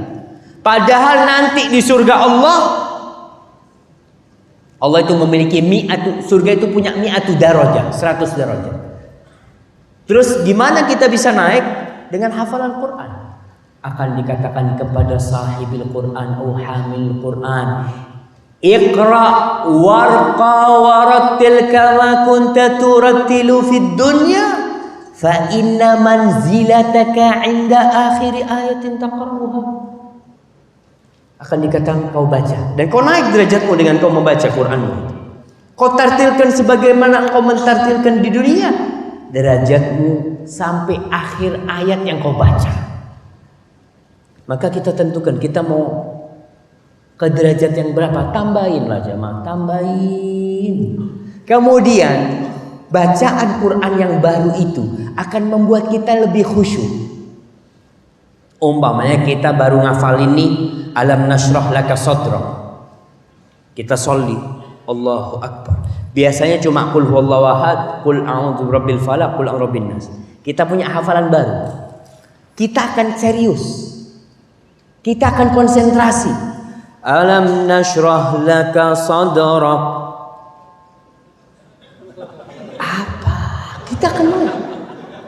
Tapi kalau qul huwallahu ahad Allahu samad, itu sandal ana di mana? Dia keluar qul huwallahu ahad kayak air. Dia tidak akan mengingat karena apa? Karena udah biasa, udah rutinitas dia. Kadang-kadang kita sholli sama imam Allahu akbar sampai at-tahiyat, sampai tasyahud itu. Tadi imamnya baca apa rakaat pertama ya? Nggak tahu gitu. Karena kita udah Al-Fatihah udah biasa. Maka bacaan Qur'annya ditambah. Lalu yang keberapa? Yang ke-10. Ramadan itu bulan berdoa. Makanya kalau antum baca di surat Al-Baqarah tuh ayat tentang puasa 183, 84, 85, 86, 87. Di tengah-tengah itu ada ayat tentang doa. Allah mengatakan wa idza sa'alaka ibadi anni. Kalau hamba-hambaku bertanya kepadamu Muhammad tentang aku, fa inni qarib, maka sesungguhnya aku dekat. Ujibu da'watad da'i idza da'ani. Aku akan kabulkan doa orang yang memohon kalau dia minta sama aku. Falyastajibu li wal yu'minu bi la'allahum yarshudun. Hendaklah mereka itu dia melaksanakan perintah Allah, menjalankan amaran Allah Jalla Jalaluh agar mereka mendapatkan petunjuk. Para jamaah, banyak di antara kita yang nggak bisa berdoa. Kita cuma bisanya amin. Dan antum lihat orang kalau suruh amin itu, masya Allah, kenceng-kencengan aminnya. Kadang-kala amin sambil ngobrol, amin. Ente dari mana ini? Amin. Gak ada, amin. Makanya Rasul sallallahu alaihi wasallam mengajarkan kepada sahabatnya, pinter semuanya bisa berdoa. Karena kala banyak jemaah haji yang berada di tempat-tempat mustajab nggak bisa doa. Orang pada nangis, pada angkat tangan, pada minta, dia udah habis doanya. Ya bulan Ramadan, bulan dikabulkannya doa. Orang yang puasa punya doa mustajab. Maka kita belajar, hafalin doa-doa Rasul SAW. Ustaz susah, Ustaz udah tua, niat. Pokok niat udah ditulis. Aku mau nambah hafalan doa. Umar bin Khattab radhiyallahu taala anhu mengatakan, inna la nahmilu hammad du'a, hammal ijabah. Wa inna ma nahmilu hammad du'a. Kita ini enggak terbebani dengan dikabulkannya doa atau tidak. Enggak. Kenapa? Karena Umar yakin Allah itu akan kabulkan doa. Allah mengatakan, ud'uni astajib lakum. Minta aku kabulkan. Wa inna ma nahmilu hammad du'a. Yang jadi beban kalau kita nggak bisa doa. Fa idza ulhimna du'a fa ma'ahul ijabah. Kalau Allah buka pintu doa, insya Allah dikabulkan tuh doa. Karena Allah janji. Antum hafal itu, doa-doa Rasul sallallahu alaihi wasallam itu indah zaman. Pendek-pendek tapi lengkap. Kita doanya panjang, ya Allah, aku menginginkan rumah di Pasar Rebo, luasnya 10 kali 20, gentengnya warnanya merah. Yang diminta rumah cuma. Kenapa kok harus panjang cuma minta rumah? Rasul sallallahu alaihi wasallam doanya, Allahumma inni as'aluka ilman nafi'an wa rizqan thayyiban wa amalan mutaqabbal. Semuanya untuk diminta. Doanya Nabi, Allahumma inni as'alukal huda wat tuqa wal afafa wal ghina. Rasul sallallahu alaihi wasallam berdoa minta berjumpa dengan Allah Subhanahu wa taala. Allahumma bi'ilmikal ghaib wa qudratika 'alal khalqi sampai akhir. Allahumma inni as'aluka asyauqa ila liqa'i. Aku memohon agar aku rindu untuk berjumpa denganmu. Pernahkah kita berdoa untuk memandang wajah Allah, untuk berjumpa dengan Allah Jalla Jalaluhu? Nabi ngajarkan tuh doa di at-tasyahud akhir. Allahumma inni a'udzubika min adzabil qabr wa min adzabil jahannam wa min fitnatil mahya wal mamat wa min syarri fitnatil masiihid dajjal. Pelajari, tambahin doanya. Banyak sekarang gampang fotokopi langsung jadi. Kemudian para jamaah, biasakan kita duduk di masjid lebih lama. Kenapa? Karena ada satu ibadah di bulan Ramadan namanya iktikaf. Itu bukan hanya di bulan Ramadan, kita itikaf di selain Ramadan boleh. Biasakan kita, umpamanya biasanya kita maghrib sholat pulang.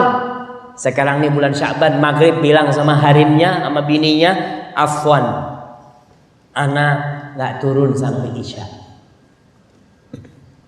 Ngapain? Ngobrol di masjid sama sahib. Ya bukanlah, kau duduk di masjid, zikir, baca Quran, apa. Ada orang nggak turun dari masjid pegang HP, buka Facebook. Sama aja di masjid, di rumah ini kerjaannya malah buka Facebook. Ini masjid untuk zikrullah.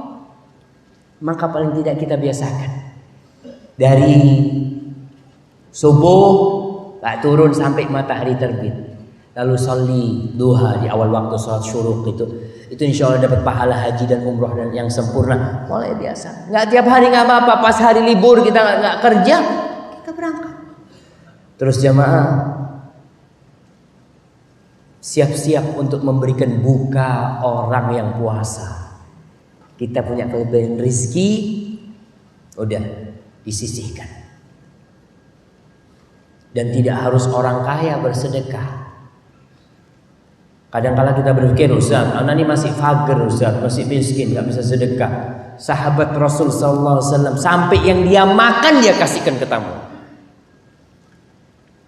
Kalau antum sekarang masih miskin gak sedekah, gak mau menyisihkan uangnya untuk memberikan buka kepada orang yang puasa, kapan antum akan bersedekah?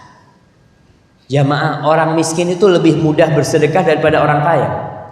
Umpamanya nih, kotak amal udah lewat belum? Kotak amal udah lewat belum? Hah? Udah?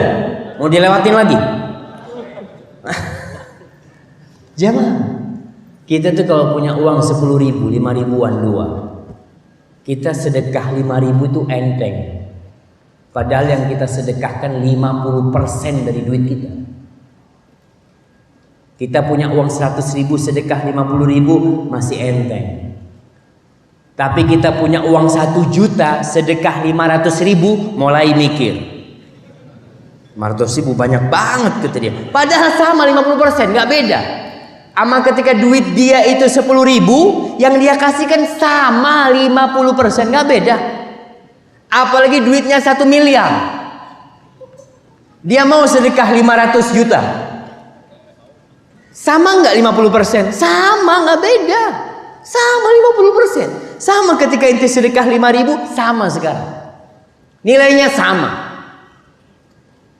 Tapi kenapa? Tatkala kita sudah mulai cinta sama harta, alhaakumut takatsur hatta zurtumul maqabir. Udah mulai kita terlenakan dengan banyak-banyakan harta. Maka mulai jamaah kita lakukan itu. Sedekah sekarang, mau sedekah boleh, dibiasakan diri kita sedekah. Kemudian untuk memberi buka orang yang puasa. Kemudian yang mau umroh, ingat umroh nih.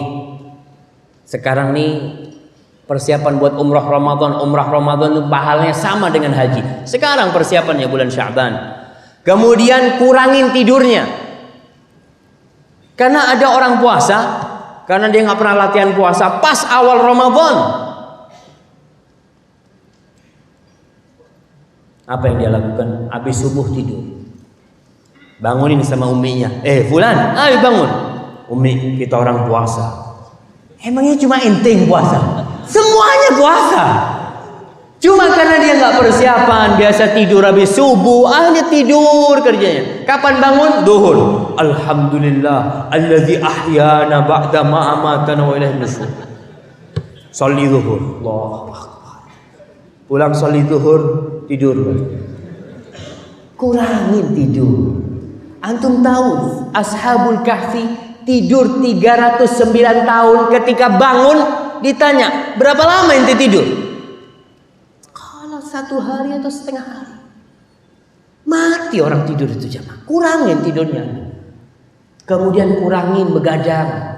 Rasulullah SAW melarang tidur sebelum isya dan ngobrol setelah sholat isya. Nih kayak gini nih, nggak boleh gitu sebelum isya. Iyalah kalau kita udah cukupkan sudah jamaah. Karena takut terlalu malam buat antum dan masih banyak lainnya. Antum kurangin begadang supaya bisa bangun malam. Banyak orang nanti Ramadan nggak sahur. Aduh, telat sahurnya. Kenapa? Karena nggak pernah bangun malam dia memang. Ya kita biasakan sekarang ini. Hadza wallahu a'lam bishawab. Itu yang bisa kita kaji pada kesempatan kali ini. Apabila benar yang Anda sampaikan itu dari Allah Subhanahu wa taala. Kalau ada yang salah dan kurang berkenan itu dari diri Anda sendiri, Allah dan Rasul yang terbebaskan dari kesalahan itu. Tapi yang jelas jemaah, persiapan kita pelajarin lagi, belajar lagi, ngaji lagi tentang hukum-hukum Ramadan khususnya di bulan Sya'ban ini. Hadza wa sallallahu ala nabiyyina Muhammadin wa ala alihi wa sahbihi wasallam.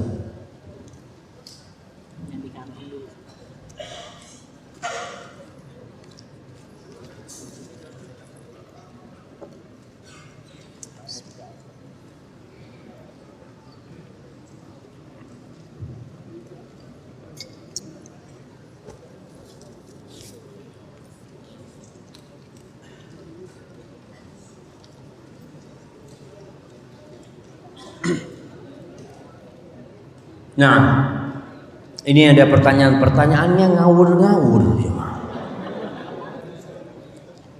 Bagaimana dengan wanita yang ingin menikah dengan pilihannya, tapi terganjal izin orang tuanya? Apakah nikah lari bisa jadi solusinya?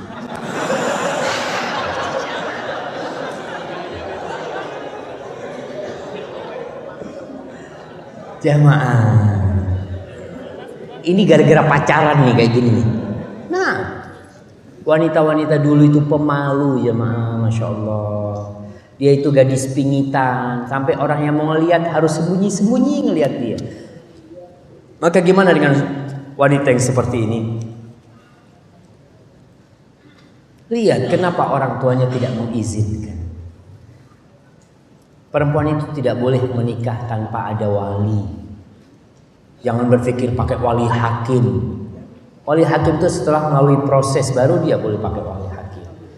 Kemudian dia istikharah, minta sama Allah, dekat sama abahnya sama umminya. Abah, ummi, ana minta abah istikharah, ummi istikharah. Mungkin abah nggak suka tuh sama tuh rejal, sama tuh laki itu, tapi mungkin Allah jadikan itu baik buat anak.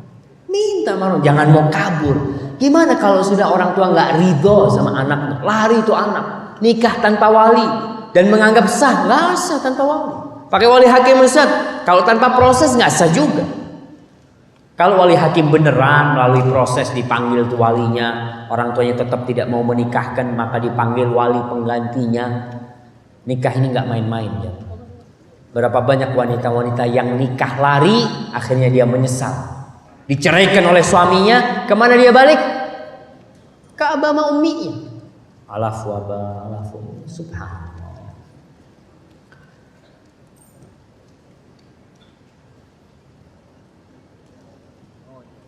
Ustaz, apa nasihat untuk wanita yang sudah menikah atau belum tetapi masih suka berdandan, bermake up, parfum dan belum berkerudung secara syar'i? Belajar, suruh ngaji dia. Suruh sering datang ke kajian. Nah,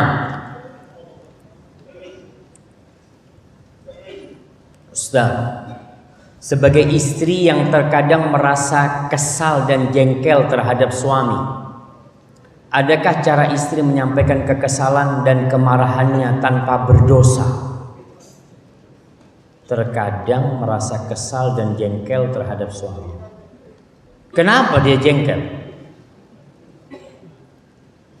Ya tatkala kita menikah, awal nikah nih, kita berpikir ya, yang perempuan berpikir lakinya ini sempurna, udah Masya Allah. Dia ngelihat dari jauh sampai ya Allah, ganteng banget ya. Dapat sebulan 2 bulan, ternyata kayak gini. Seperti dibayangin. Sama lakinya kayak gitu juga. Dia berpikir istrinya nih Masya Allah, wanita yang paling sempurna lah yang berada di Purwakarta. Setelah zuat dapat 3 bulan, Masya Allah, nggak dalam bayangan ente kayak gini. Kalau tahu kayak gini nggak mau sama ente. Itu biasa pernikahan itu. Makanya ketika menikah usahakan menjalin hubungan pernikahan itu karena Allah. Rasul sallallahu alaihi wasallam mengatakan fadfar bidzatid din taribat yadak. Kalau kau ingin senang hidupmu, cari yang agamanya baik, selamatkan. Begitu pula yang perempuan mencari lelaki yang akhlak dan agamanya baik. Jangan lihat sama wajahnya, sama duitnya. Jangan. Dari situ, seorang wanita yang jengkel kepada suaminya, dia lihat apa penyebab kejengkelan. Apabila memang boleh suaminya nggak sholat, ya dia jengkel, boleh dia jengkel. Dia harus marah, karena ini urusan sama Allah Subhanahu Wa Taala. Maka dia suami ini, ibu-ibu dengerin, bapak-bapak, antum jadi saksi. Lelaki itu seneng nggak dikasih tahu sama bininya? Seneng antum dinasihatin. Umpamanya pulang dari tempat kerja, si bini nunggu depan pintu. Bang, sini bang, duduk sini. Inti siapa? Inti duduk sini. Qala Allah Ta'ala fil Qur'anil Karim. Masya Allah. Kita nggak mau tuh memang. Lelaki itu nggak suka diguruin. Karena lelaki merasa ana ini imam walaupun nggak bisa ngaji. Tetap dia mau jadi imam. Betul. Maka cara ngasih tahu nih pemimpin beda caranya. Kalau mau ngomong sama suami itu jangan ngomong ana mau ngasih tahu, enggak. Bang, ana mau tanya nih bang, hukumnya gini gimana? Betul, nanti kalau mau tanya hukum sama Ani, sini. Dia tanya, bang, hukumnya orang yang telat sholat subuh itu apa? Haram, itu nggak boleh. Padahal dia yang telat sholat subuh. Tapi kalau kita ngomong bang abang itu telat sholat subuh, marah tuh lelaki. Maka bahasanya harus bahasa yang santun sama suami itu.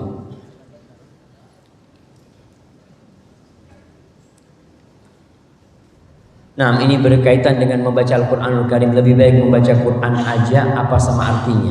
Usahakan kita jamaah, kita menghatamkan Al-Quran dan kita baca artinya. Ramadan umpamanya kita hatamkan Quran secara bacaannya. Sepanjang tahun kita baca tuh artinya sedikit-sedikit. Karena eman-eman kita orang Islam, kadangkala kita sudah membaca kitab, apalagi yang sekolah ya, yang S1, S2, S3, dia mungkin udah baca kitab ribuan lembar dan dia faham. Al-Quran gak pernah hatam sama artinya. Bacalah. Sebelum kau belajar yang itu, ini nih pedoman hidup kita yang harus kita baca. Bagaimana orang yang makan harta warisan? Bagaimana orang yang makan harta warisan? Kalau warisan tetangganya nggak boleh. Nah, nggak boleh. Kalau warisannya bapak dia nggak apa-apa. Cuma memang orang-orang itu kadang-kala nih warisannya, anak sekedar nasihat buat orang yang dapat warisan. Ingat, hak bagi waris itu hak Allah. Kalau udah jatuh jadi warisan, Allah yang bagi. Gimana pembagian? Ada tuh di surat An-Nisa ayat 11, udah Allah jelasin di situ. 11 12 Allah jelasin. Antum kalau dapat warisan. Warisan itu uang yang tanpa usaha. Ketika antum dapat, usahakan daftar haji atau umroh. Karena ada orang-orang dapat uang warisan untuk bangun rumah, untuk ini itu, lupa dengan kewajiban dia. Engkau sampai mati nggak punya rumah nggak apa-apa. Tapi kalau dapat warisan, alhamdulillah kau daftar haji langsung. Dan banyak orang dapat warisan, banyak warisannya habis dan dia belum berangkat haji. Padahal ketika dia dapat warisan, wajib bagi dia haji. Dia jadi mampu karena punya uang banyak. Tapi kalau warisannya buat bayar utang ya beda lagi. Maka yang makan warisan nggak masalah. Tapi yang jelas dia tahu jangan haknya orang lain yang dia makan.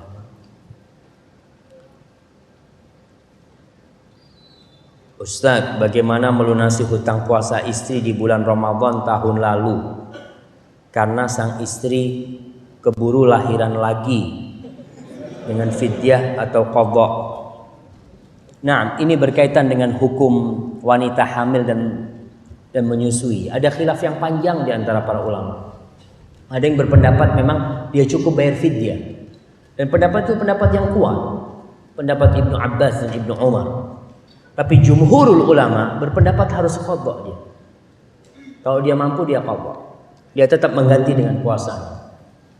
Kalau model kayak gini mungkin dia bayar fidyah. Karena ada harim-harim yang tidak bisa mengqadha. Dia hamil, lahir, nyusuin. Sebelum selesai nyusuin, hamil lagi. Nyambung terus, ya udah dia bayar fidyah ketika itu. Fidyahnya mungkin nisfu sa'. Nisfu sa', separuh sa'. Sa' itu berapa? 2? Ya. Sa' itu ya sekarang ketentuan zakat fitrah, zakat fitri itu. Zakat fitri itu 1 sa'. 1 sa' itu ketentuannya 2,5 kilo. Ada yang mengatakan sampai 3 kilo, ya separuhnya itulah. Ada yang mengatakan 1 sa'. Ada yang mengatakan 1 mud. Tapi antum baca separuhnya itu insya Allah sudah. Antum panggil orang kasih makan ke rumah umpamanya. Kita nggak puasa 30 hari, undang 30 orang miskin. Kita kasih makan. Itu sudah bayar fidyahnya insya Allah. Itu bisa dengan cara seperti itu. Kita bisa kirim dengan beras atau kita kasih makanan sebanyak setengah sa'. Itu nggak masalah. Ana muslim. Tapi 10 tahun yang lalu ana tidak pernah puasa. Ibadah tidak pernah puasa dan ibadah lainnya. Alhamdulillah sekarang ana sudah hijrah menuju sunnah. Apakah puasa yang dulu ana tinggalkan harus diqadha? Sedangkan jumlahnya ana tidak tahu. Enggak, antum enggak perlu mengqadha. Antum banyak-banyak puasa sunnah dan banyak-banyak bertobat sama Allah. Minta ampun sama Allah SWT. Salat yang antum tinggalkan, zakat yang tidak antum bayar, ya. Kemudian puasa itu antum bertobat kepada Allah SWT dan mohon ampun kepada Allah. Insyaallah itu cukup ya. Dan banyak puasa sunnah tidak seperti itu. Assalamualaikum Ustadz, bagaimana cara menghadapi istri jika diajak diskusi masalah agama suka cepat marah? Ya jangan diskusi masalah agama antum sama dia. Ada suami ini yang serius terus sama istri. Dek sini dek, ana mau debat sama ente. Ini istri ente nih. Kalau ngomong sama istri itu beda. Jangan kayak guru ngomong sama muridnya, enggak. Kita lihat Rasul sallallahu alaihi wasallam ngobrol sama Aisyah ya. Sambil makan ya, kita duduk-duduk sama istri kita di teras depan rumah atau belakang rumah ngelihat bulan. Kau lihat tuh bulan tuh. Insyaallah ente lebih cantik dari tuh bulan. Itu yang disenengin sama bini tuh. Kalau diskusi agama berat buat dia, tapi dengan cara kita masuk lewat memuji dia. Katakan, wahai istriku, wallahi demi Allah, tidak ada wanita yang lebih ana cintai daripada ente. Mungkin kalau ente belah dada ana, ada nama ente di dalam. Lalu kita katakan, aku kepingin kalau kau keluar tuh, usahakanlah izin sama aku. Aku bingung kalau kau keluar, aku sampai rumah ngeliat gak ada dirimu, mungkin aku bisa pingsan. Kayak gitu, bahasa sama istri itu bukan bahasa qala Allah, qala Rasul, pengajian nantinya, enggak gitu. Tapi bahasa-bahasa yang halus. Ya sekali-kali kita katakan kalau memang dia, bang, tapi ana denger kayak gini nih. Oh, coba kita lihat bareng-bareng nih. Di mana tuh ayat Qur'annya? Coba deh, bareng-bareng lihat ya. Insya Allah dia akan dapat hidayah juga insya Allah. Dan antum harus berbagi kasih dengan dia. Tadi Ustaz bilang Rasulullah Sallallahu Alaihi Wasallam berpuasa hampir full. Tapi saya pernah mendengar suatu hadis tidak boleh puasa di 15 hari terakhir bulan Sya'ban kecuali puasa yang sudah biasa dijalankan. Nah, sahih. Jadi orang yang tidak biasa puasa, yang 15 ke bawah nggak puasa, setelah 15 terakhir itu dia makruh buat dia puasa. Tapi kalau dia udah biasa puasa di awal, lewat 15 nggak apa-apa. Karena dia tidak mengkhususkan 15 terakhir, tidak. Jadi di awal dia udah puasa, nggak masalah buat dia. Seperti orang biasa puasa Senin Kemis, tetap dia puasa, nggak masalah. Puasa Daud nggak masalah, dia terus puasa. Sedang saya akan mau belajar berpuasa. Kalau dia belum berpuasa memang dimakruhkan. Dia puasa setelah ini. Tapi sebenarnya mengatakan nggak apa-apa kalau kamu memang ingin puasa, silahkan puasa. Yang penting nanti di akhir 2 hari sebelum Ramadan jangan puasa. Apalagi di hari syak, hari yang masih ragu-ragu itu masuk Ramadan atau tidak, itu haram hukumnya kita puasa pada hari itu. Kecuali orang yang biasa puasa. Umpamanya lagi ribut nih Ramadan Senin apa Selasa, kita biasa puasa hari Senin, kita puasa Senin nggak apa-apa, karena puasa kita puasa sunnah, bukan puasa karena ragu nih. Ya kalau Ramadannya hari Senin kan anak udah puasa, tapi kalau Selasa ya anak jadikan puasa sunnah, nggak boleh kalau itu niat dia. Assalamualaikum Ustaz. Ana mau nanya, ana ketiduran pas ba'da zuhur, bangun mau jam isya.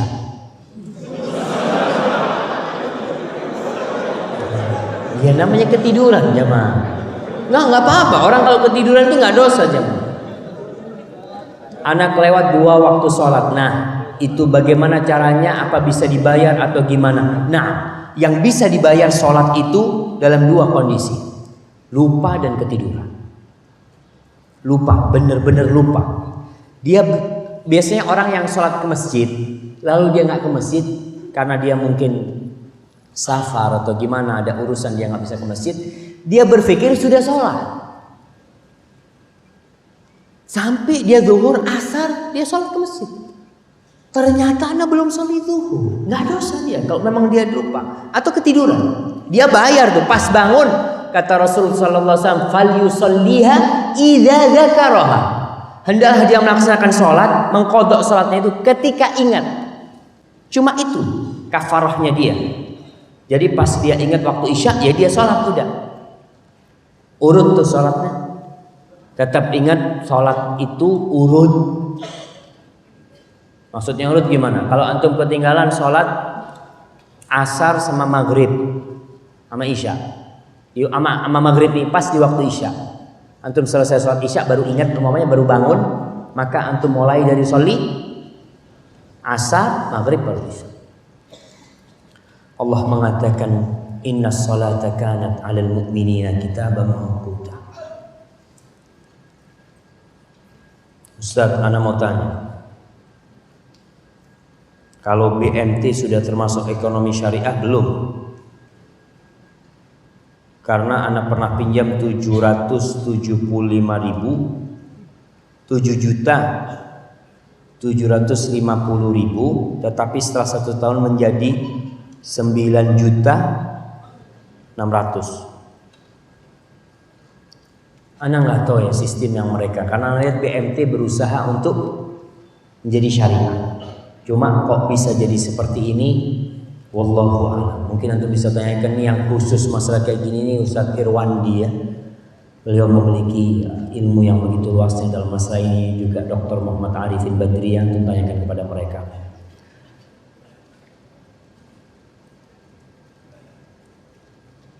Assalamualaikum Ustaz. Ana Abu Nisa. Abu Nisa ini bapaknya Nisa. Ana sangat senang akhirnya Ustaz bisa datang ke Purwakarta. Ana udah 2 kali datang ke Purwakarta. Alhamdulillah Ustaz, ana pun dahulu seperti itu sebelum berhijrah. Setelah berhijrah ternyata cobaan semakin kencang. Bahkan ana mendapat pertentangan dari keluarga ana sendiri. Mohon nasihatnya Ustaz agar ana istiqamah. Syukran, jazakallah khair. Para jamaah, orang yang mau ngambil madu itu dia harus siap disengat oleh lebah, harus siap. Begitu pula tatkala kita hendak meraih surga Allah Subhanahu wa taala. Kata Rasulullah sallallahu alaihi wasallam, "Huffatil jannatu bil makarih wa huffatin naru bisyahawat." Neraka itu dikelilingi sama syahwat. Semua yang enak jalannya ke neraka. Antum lihat orang itu mabuk-mabukan, bayar, ke tempat-tempat maksiat, bayar ya, berangkat. Tapi ke masjid nggak bayar, gratis, diampuni dosanya, diangkat derajatnya. Berat mau ke masjid. Maka antum ketika berdakwah ke keluarga antum, modal pertama tuh akhlak. Tunjukkan akhlak yang mulia. Selama 40 tahun Rasulullah sallallahu alaihi wasallam berada di kota Mekah nggak berdakwah. Tapi beliau terkenal sebagai Al-Amin. Orang Mekah semua tahu nih, Nabi Muhammad SAW orang yang jujur. Itu aja ketika berdakwah ditentang besar-besaran oleh kaumnya. Padahal akhlaknya udah kayak gitu. Gimana dengan kita yang sok kadang-kala? Baru ngaji, pulang, Pak, sini Pak. Bapak ini masih banyak bid'ah-bid'ahnya. Si bapaknya nih datang abah, ngomong sama abahnya, hormati abahnya, buat abahnya seneng sama akhlak itu. Jangan sampai abahnya, nak kau ikut aliran apa nak? Tuh jenggot gak pernah kau pelihara, sekarang pakai jenggot. Jangan-jangan teroris kau ini. Ntar abah panggilin Densus. Kadang-kala anaknya kurang ajar sama bapaknya. Maka tunjukkan akhlak yang mulia. Tunjukkan akhlak yang mulia. Dan yang santun sama orang tua. Bahasanya anak sama orang tua itu ya bahasanya anak. Allah mengatakan wa qul lahuma qaulan karima, dan katakan untuk keduanya qaulan karima. Perkataan yang karim, yang mulia. Para ulama menjelaskan perkataan yang mulia ini kata-katanya mulia dan cara menyampaikannya mulia. Maka insya Allah ya kita berusaha berdoa dan antum bersabar. Bolehkah kita mengalah, menerima ketika dizalimi? Boleh, jemaah. Dan boleh kita ngambil hak kita nanti di hadapan Allah Subhanahu wa taala. Dan kita boleh memaafkan. Kita juga boleh mendoakan keburukan buat orang yang menzalimi kita. Boleh. Allah mengatakan la yuhibbullahul jahra bisu'i minal qawli illa man zalim. Allah tuh nggak suka. Wa kana Allahu sami'an alima. Allah nggak suka orang berdoa keburukan, mengucapkan ucapan keburukan kecuali orang yang dizolimi. Boleh itu. Tapi kalau dia maafkan, ya dia perbaiki, itu lebih baik. Ustaz, kayaknya cukup Ustaz. Ya, anak jamaah mungkin ini yang bisa anak sampaikan. Ini pertanyaannya masih banyak. Insya Allah nanti dijawab sama Ustaz. Apabila yang anak sampaikan benar itu dari Allah Subhanahu Wa Taala. Kalau ada yang salah dan kurang berkenan, itu dari diri anak sendiri. Allah dan Rasulnya terbebaskan dari kesalahan itu. Di sini ada hadiah anak mau bagi. Satu buat jamaah yang paling jauh. Mana jamaah yang paling jauh? Antum dari mana? Dari Cikampek, Kerawang. Ada yang lebih jauh dari Kerawang? Jakarta, Jombang.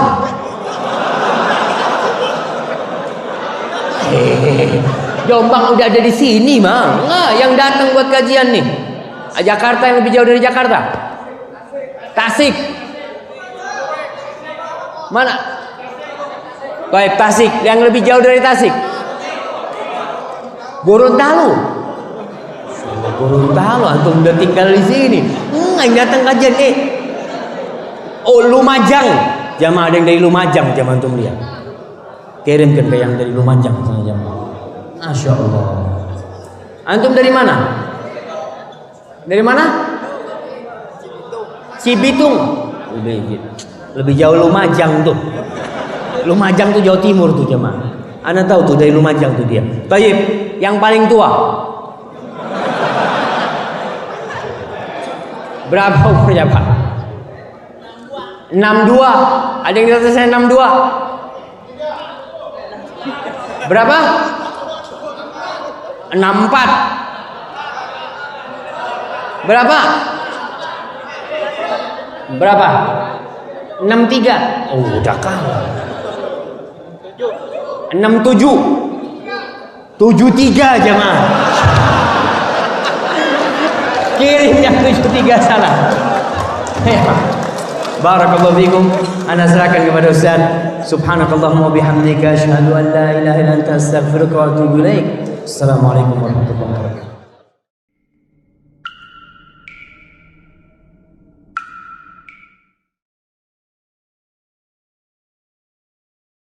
Assalamualaikum. Gimana? Menarik kan videonya? Saksikan video-video UFIT TV lainnya di www.ufit.tv. Nonton UFIT TV yuk!